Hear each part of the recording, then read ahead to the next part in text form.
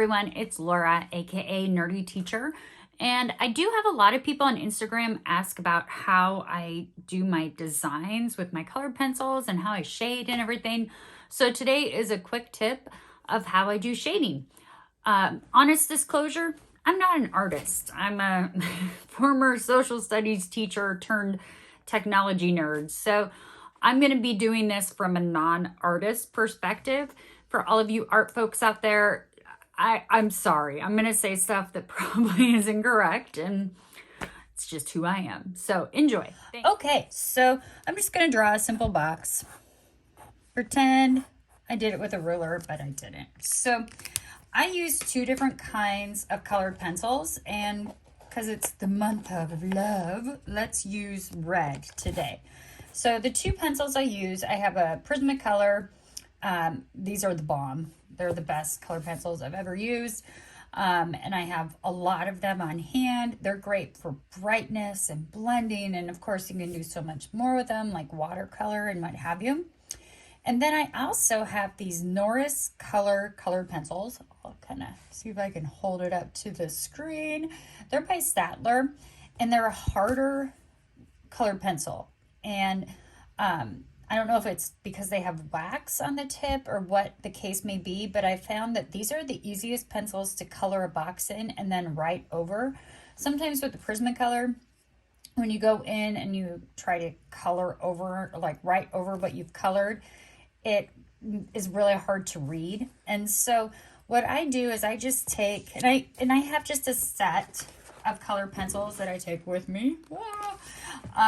Just a few, and of course they're in rainbow colors because I love my rainbow colors. So when I'm coloring in, again, I just do this like I learned in elementary school. Remember when they told us to outline in like art class? And so that's what I do, is I just do the outline, and then I just kind of draw from the edge, and I might darken the corners a little bit just to give it some depth.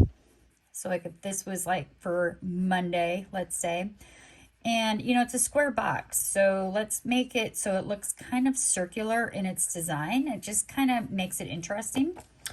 And then comes in the Prismacolor. So I just go in and then draw right over top of all of that.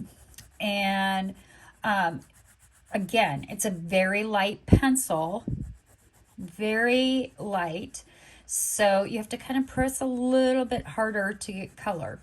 When I first started bullet journaling, I only used these colors, which, you know, there's nothing wrong with them and everything. I like them, but they're very light. And so now it's kind of fun having the Prismacolors. They're a lot more vibrant, and quite honestly, it just looks like I actually know what I'm doing.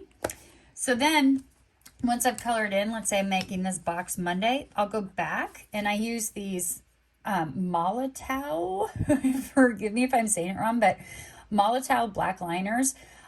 When I used to make signs, I use their paint markers. They're amazing. They're kind of expensive. These are not cheap. They're an investment piece, but I've found that they work amazing. I almost spilled Molotow there. So there's my Monday. I'm writing right over the top of my colored pencil and getting it all pretty, doing my little serifs on the end, which is kind of my thing, and I'm set.